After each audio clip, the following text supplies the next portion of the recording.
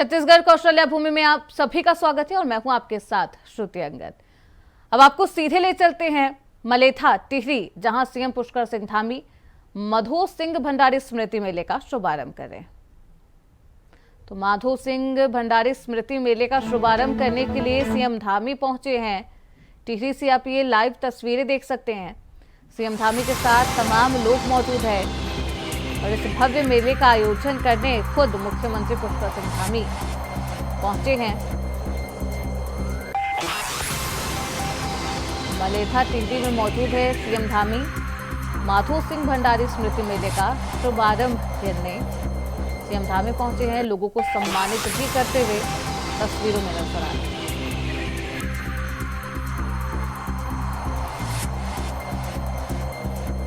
तो सीएम पुष्कर सिंह धामी टिहरी में मौजूद हैं। माधो सिंह भंडारी स्मृति मेले का उन्होंने शुभारंभ किया है, लोगों को सम्मानित भी करते हुए सीएम धामी नजर आए। स्मृति मेले का शुभारंभ किया गया।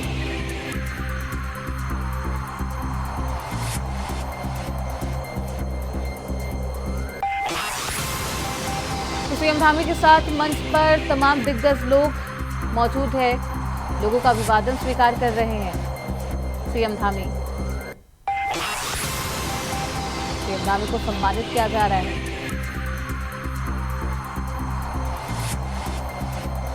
माधो सिंह भंडारी स्मृति मेले का शुभारंभ सीएम धामी ने किया। टिहरी में मौजूद है सीएम पुष्कर सिंह धामी। ये मंच की तस्वीरें हैं जिसमें सीएम पुष्कर सिंह धामी के साथ साथ तमाम मंत्री मौजूद है। वहां पर तमाम लोगों की उपस्थिति है। बेहद भव्य मेले का आयोजन किया गया है।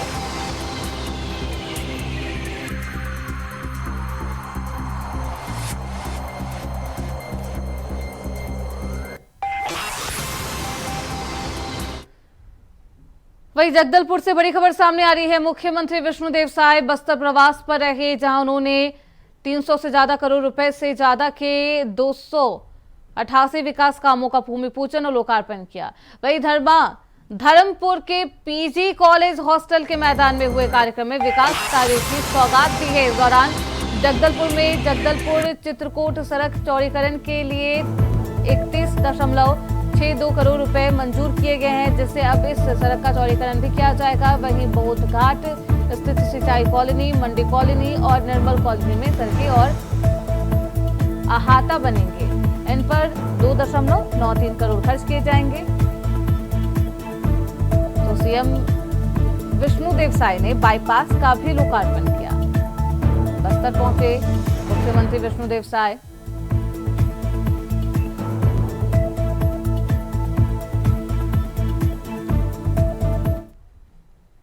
देश में शिक्षा के जगत में सरकार से बिना अनुदान प्राप्त किए राष्ट्रभक्ति से ओतप्रोत नागरिक बनाने का काम और संस्कारित नागरिक बनाने का काम को इस देश में कर रहा है तो विद्या भारती है। इसलिए बहुत बहुत बधाई, शुभकामनाएं।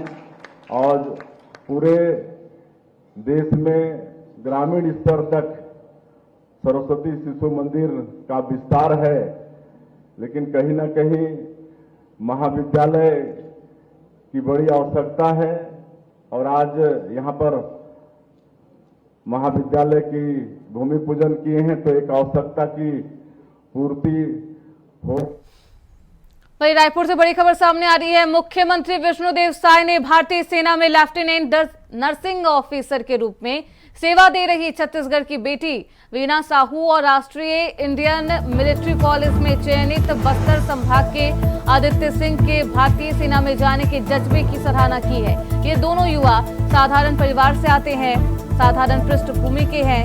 इन युवाओं ने देश की सेवा और भारतीय सेना में शामिल होने के अपने जुनून और जज्बे के चलते ये मुकाम हासिल किया है।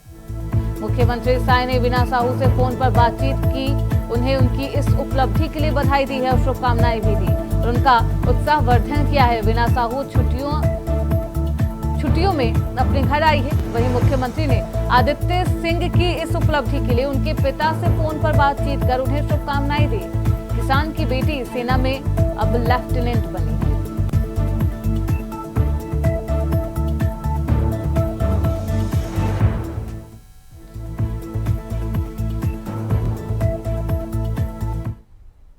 वहीं रायपुर से बड़ी खबर सामने आ रही है। भारतीय जनता पार्टी ने प्रदेश अध्यक्ष के चुनाव को लेकर पूरे प्रदेश में चुनावी प्रक्रिया शुरू करने का निर्णय लिया है। इस प्रक्रिया के तहत राष्ट्रीय अध्यक्ष और जिला अध्यक्षों के साथ साथ मंडल अध्यक्षों की भी नियुक्ति की जाएगी। छत्तीसगढ़ में जहां मंडल अध्यक्षों की नियुक्ति हो चुकी है, वहीं जिला अध्यक्ष और प्रदेश अध्यक्ष की नियुक्ति अभी बाकी है। बीजेपी ने प्रदेश अध्यक्ष के चुनाव के लिए चुनाव अधिकारियों की नियुक्ति की है। छत्तीसगढ़ के लिए इस जिम्मेदारी का निर्वहन महाराष्ट्र के वरिष्ठ नेता विनोद तावरे को सौंपा गया है। बता दें कि विनोद तावरे जो महाराष्ट्र से आते हैं, बीजेपी प्रदेश अध्यक्ष के लिए चुनाव के लिए नियुक्त किए गए अधिकारी को तमाम जिम्मेदारी सौंपी गई है।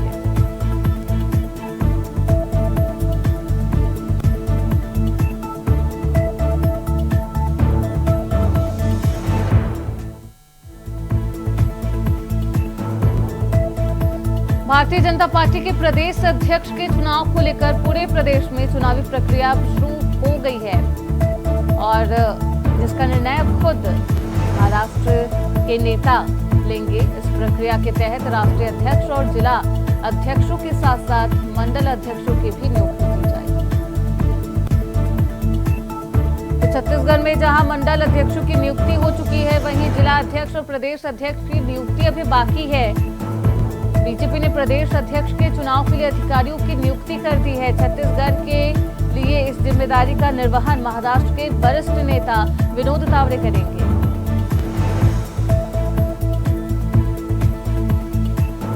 तो भाजपा ने अपने वरिष्ठ नेता को इसकी जिम्मेदारी सौंपी है। भाजपा प्रदेश अध्यक्ष के लिए चुनाव होगा, जिसकी जिम्मेदारी महाराष्ट्र के वरिष्ठ नेता विनोद तावरे के कंधे पर है।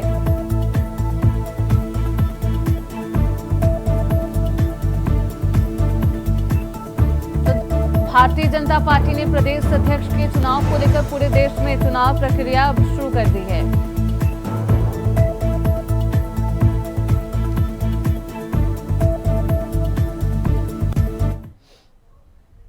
वहीं रायपुर से बड़ी खबर सामने आ रही है। छत्तीसगढ़ में हुए 2000 करोड़ से ऊपर के आबकारी घोटाला में प्रवर्तन निदेशालय की जांच तेज हो गई है। पूछताछ के लिए ईडी के बुलावे पर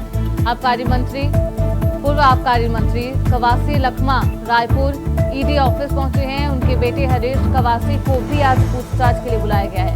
28 दिसंबर को ईडी ने छत्तीसगढ़ के कवासी लखमा के रायपुर स्थित आवास पर छापेमारी की थी। सुकमा में उनके बेटे हरीश कवासी और उनसे जुड़े लोगों के घर पर भी प्रवर्तन निदेशालय यानी कि ईडी ने छापेमारी की। इसके अलावा धमतरी सहित 7 जिलों में ईडी ने रेड मारी है। जांच के बाद ईडी के अधिकारियों ने दावा किया है कि उन्हें शराब घोटाले से जुड़े कई अहम दस्तावेज और कुछ टेक्निकल जानकारी मिली है।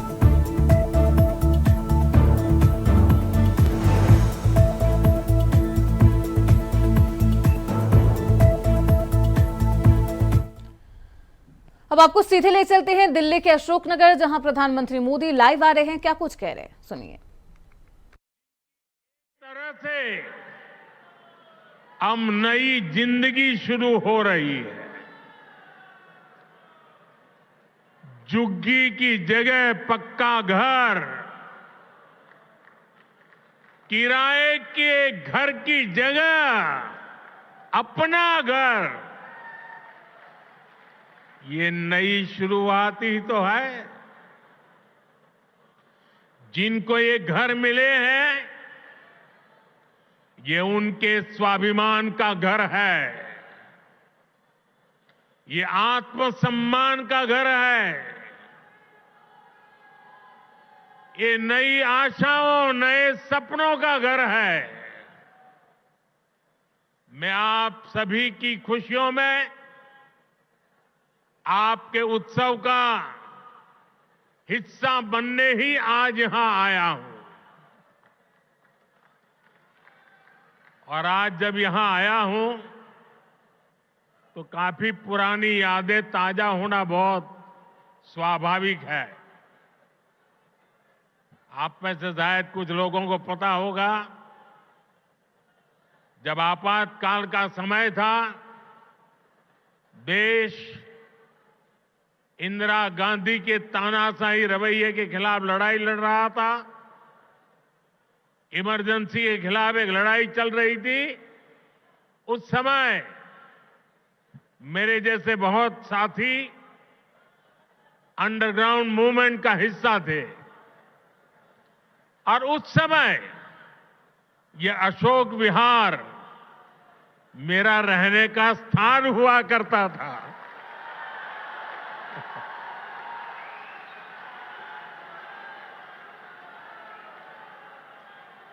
और इसलिए आज अशोक विहार में आते ही बहुत सारी पुरानी यादें ताजा होना बहुत स्वाभाविक है। साथियों, आज पूरा देश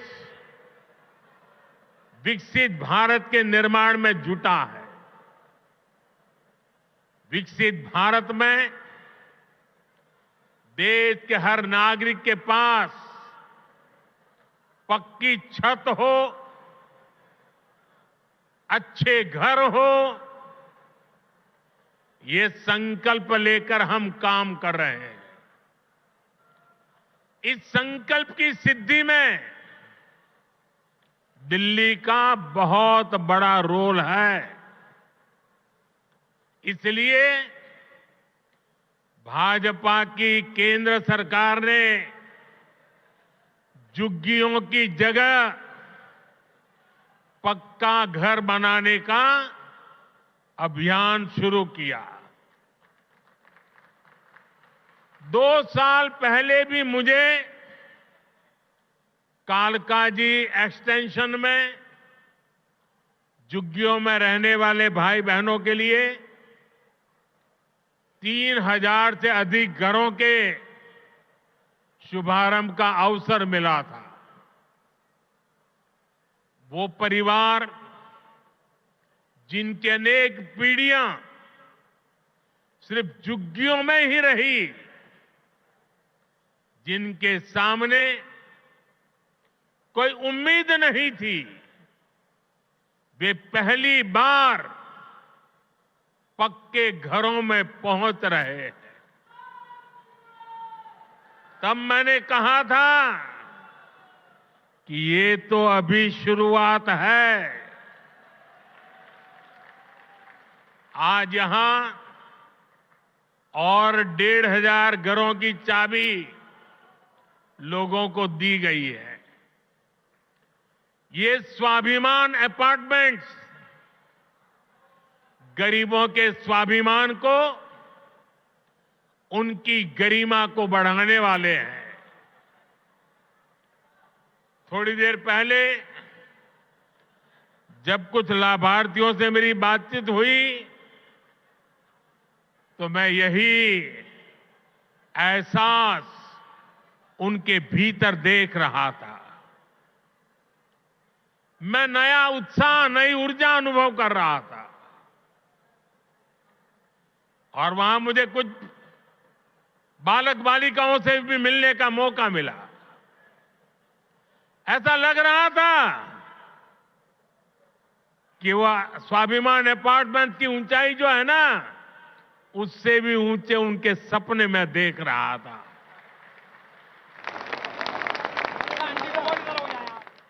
और साथियों, इन घरों के मालिक भले ही दिल्ली के अलग अलग लोग हों, लेकिन ये सब के सब मेरे परिवार के ही सदस्य हैं।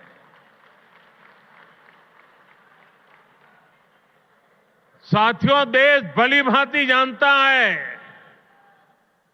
कि मोदी ने कभी अपने लिए घर नहीं बनाया।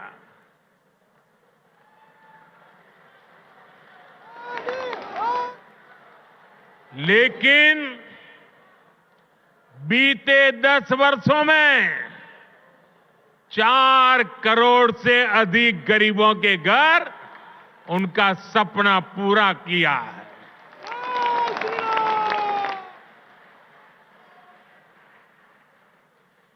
मैं भी कोई शीश महल बना सकता था।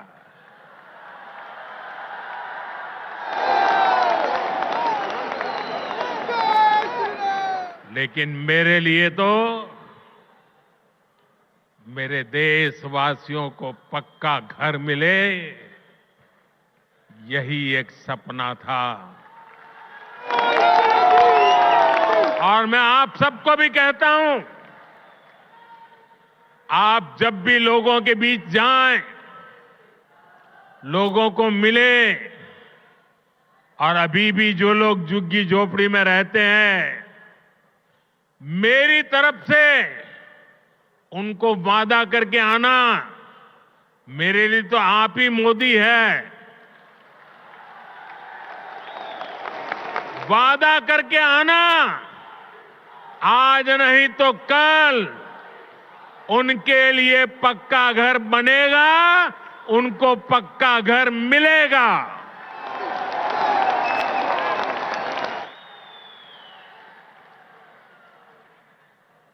गरीबों के इन घरों में हर वो सुविधा है जो बेहतर जीवन जीने के लिए जरूरी है। यही तो गरीब का स्वाभिमान जगाता है, आत्मविश्वास बढ़ाता है, जो विकसित भारत की असली ऊर्जा है। और हम यहीं रुकने वाले नहीं हैं। अभी दिल्ली में करीब 3000 ऐसे ही और घरों के निर्माण का काम कुछ ही समय में पूरा होने वाला है। आने वाले समय में हजारों नए घर दिल्ली वासियों को मिलने वाले हैं। इस क्षेत्र में बहुत बड़ी संख्या में हमारे कर्मचारी भाई बहन रहते हैं।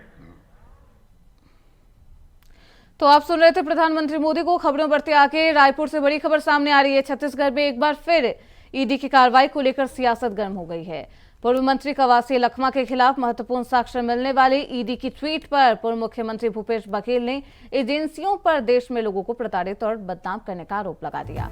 बघेल ने कहा कि ये सिर्फ लोगों को बदनाम करते हैं, पूरे देश में ये एजेंसी यही काम कर रही है, अभी तक चालान ही पेश नहीं कर पाए। चालान पेश कर बताए कि क्या साक्ष्य मिला है। वहीं छत्तीसगढ़ के नगर निगमों में प्रशासक की नियुक्ति को लेकर भूपेश बघेल ने कहा, बहुमत के बल पर चुनाव को आगे बढ़ाना, विधानसभा में संशोधन विधेयक लाकर पारित किया। अभी निगमों के प्रशासक बैठे हैं, 1 महीने बाद पंचायतों का कार्यकाल भी समाप्त हो जाएगा, वहां भी प्रशासक बैठेंगे। एक देश एक चुनाव की बात करते हैं, स्थानीय चुनाव नहीं करा पा रहे, चुनाव से सरकार डर रही है। बघेल ने कहा कि चुनाव को आगे बढ़ाने का असंवैधानिक कृत्य भाजपा सरकार ने किया है। इससे स्पष्ट है कि ये लोग संविधान को नहीं मानते।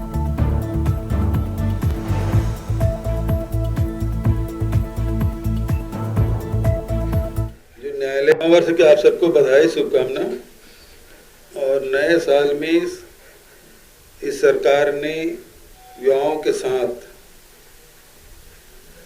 जो छल किया है बेहद गंभीर है। करीब 2897 सहायक शिक्षकों को इस सरकार ने निकाल बाहर किया जो परमानेंट थे। ये कोई दैनिक वेतन भोगी या संविदा भर्ती के नहीं थे, बल्कि इनकी नियुक्ति पूरी प्रक्रिया अपना के की गई थी। क्योंकि ये भर्ती प्रक्रिया हमारे शासनकाल में शुरू हुई और उस समय चूंकि न्यायालय में प्रकरण विचाराधीन था, तो क्लास था कि जो न्यायालय के जो आदेश है वो अंतिम होगा। इसके बाद दिसंबर के बाद, पिछले दिसंबर के बाद सरकार बदली और उसमें 2 भर्तियां, पहले पहले 9 फरवरी 2024 और 7 मार्च 2024 इनके शासनकाल में नियुक्ति हुई। 2 नियुक्ति हमारे शासनकाल में, 2 नियुक्ति इनके शासनकाल में। वहीं छत्तीसगढ़ की राजधानी रायपुर में बीएड डिग्रीधारी नौकरी से निकालने वाले आदेश को रद्द करने और समायोजन की मांग को लेकर धरने पर बैठे हैं। इसी कड़ी में पूर्व मुख्यमंत्री भूपेश बघेल ने धरना स्थल पर पहुंचे, जहां उन्होंने सहायक शिक्षकों के साथ बातचीत की। कल बीजेपी कार्यालय में सहायक शिक्षकों ने उग्र प्रदर्शन किया था, जहां 30 सहायक शिक्षकों को पुलिस ने हिरासत में लिया था। भूपेश बघेल ने पूरे मामले में राज्य सरकार पर निशाना साधा और कहा कि नए साल पर राज्य के युवाओं के साथ छल किया गया।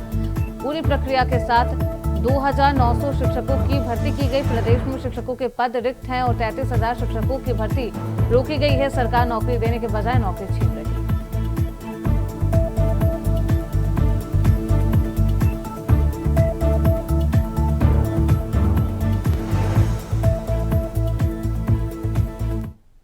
वहीं रायपुर में बड़े जोर शोर से रायपुर रेल मंडल में दुर्ग से विशाखापट्टनम के लिए वंदे भारत ट्रेन की शुरुआत की गई है। वंदे भारत ट्रेन में 16 कोच है, लेकिन इसमें यात्रियों की कमी देखने को मिल रही।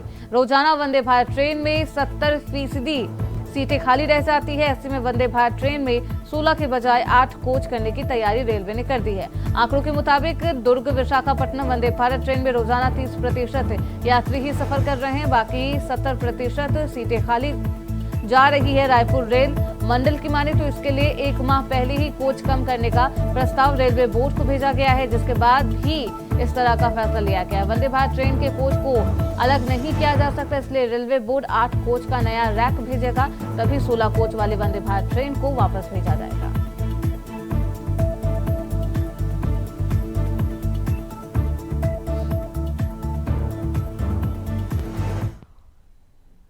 वहीं नया साल आते ही रायपुर पुलिस ने एक शानदार पहल कर दी है, जिसमें न केवल खोए हुए मोबाइल फोन वापस किए, बल्कि सैकड़ों चेहरों पर मुस्कान भी लौट आई। करीब 60 लाख रुपए की कीमत के 300 गुम हुए मोबाइल फोन को देश भर के विभिन्न राज्यों से बरामद करके उनके असली मालिकों तक पहुंचाया गया।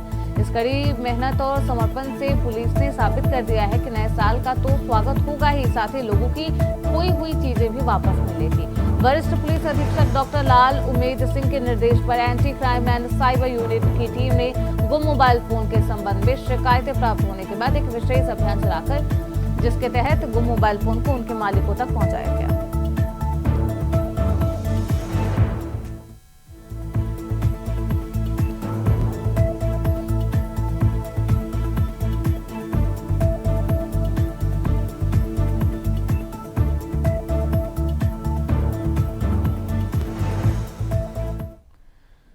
अब आपको सीधे ले चलते हैं टिहरी, जहां सीएम पुष्कर सिंह धामी लाइव आ रहे हैं। क्या कुछ कह रहे हैं, सुनिए। भाई राजेश नोटियाल जी, मेला अध्यक्ष देवेंद्र बलूनी जी, प्रमोद पवार जी, नगर अध्यक्ष कीर्ति नगर विकास मेहरा जी, शशि ध्यानी जी, सुरबीर सिंह सजवाण जी, कैलाशी आरबी जी, विजयराम गोदियाल जी, नरेंद्र कुमार जी, मेहरबान सिंह रावत जी, श्री गोविंद सिंह रावत जी, जेपी चंद जी, अंकुर रावत जी, ममता देवी जी, जो अभी देवप्रयाग नगर पालिका की निर्विरोध अध्यक्ष निर्वाचित हुई हैं। श्री जय सिंह भंडारी जी, जिनके बारे में अभी भाई विनोद जी ने बताया, महिपाल सिंह जी, कृष्णकांत कोठियाल जी, सुधीर चंद्र मिश्रा जी, रमेश भट्ट जी, ममता देवी जी, अजय अग्रवाल जी, रंजीत जाटवी जी, देवेंद्र बलोनी जी, केदार बिष्ट जी, अमित जी, रघुवीर जी एवं सभी यहाँ पर आए हुए सभी हमारे अतिथिगण और बड़ी संख्या में इस मेले में प्रतिभाग कर रही हैं हमारी सभी माताएं बहनें, सभी मेरे बड़े बुजुर्ग, सभी उपस्थित नौजवान युवा साथियों, उपस्थित पत्रकार मित्र, हमारे सभी मीडिया के सभी छायाकार बंधु और विभिन्न स्कूलों से आज के इस कार्यक्रम में प्रतिभाग कर रहे हमारे सभी छात्र एवं छात्राएं, सरकारी हमारे सभी विभागों से आए हुए सभी विभागों के प्रतिनिधिगण जो आज यहाँ पर इन स्टॉलों के माध्यम से अपनी सहभागिता कर रहे हैं, और स्वयं सहायता समूह की सभी हमारी बहनें।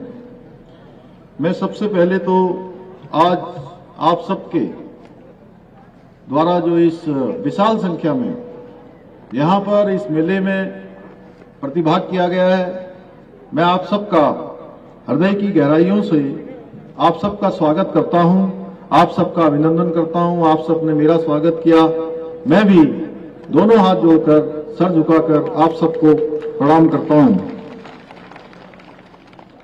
आज के इस अवसर पर मैं देवभूमि उत्तराखंड के महान सपूत वीर शिरोमणि माधो सिंह भंडारी जी के अद्वितीय बलिदान, साहस और उनके ऐतिहासिक योगदान को भी आज के इस अवसर पर सत सत नमन करता हूं।